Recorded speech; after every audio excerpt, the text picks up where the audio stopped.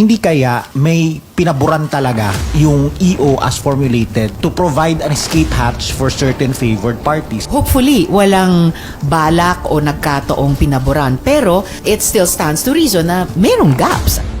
Yung isa sa pinaka-importante ay yung paglilinaw at pagsasara ng mga gaps dun sa EO na inilabas para sa pag-ban ng POGOs. Halimbawa, kaugnay ng mga pwede bang magpatakbo pa rin ng POGO operation sa loob ng mga casino o kaya sa loob ng mga resort na may casino sa loob, pwede mag-POGO pa dyan. At napaka-importante, yung mga economic zones tulad ng CEZA, APECO, na papayagan ba magpatuloy ang POGO doon dahil nagkakataong wala sila sa ilalim ng jurisdiction ng PAGCOR. Hindi kaya may pinaboran talaga yung EO as formulated? Do you think the gaps are accidental gaps or innocent gaps, or were they really put there to provide an escape hatch for certain favored parties? And if ever, who would be those favored parties and who did the favoring?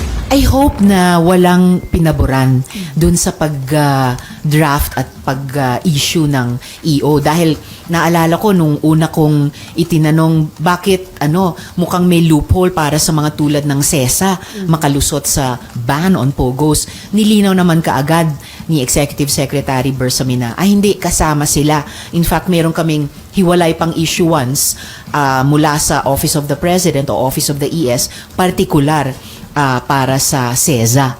So, hopefully, walang balak o nagkataong pinaboran. Pero, it still stands to reason na merong gaps at merong mga malalabo pa dun sa current na formulation ng EO. So, sana, iwas to nila, linawin nila, whether dun sa aktual na EO or sa paglabas ng dagdag pang EO para wala talagang lusot yung mga POGO sa anumang forma, sa anumang pangalan para sa kanilang patuloy na operasyon.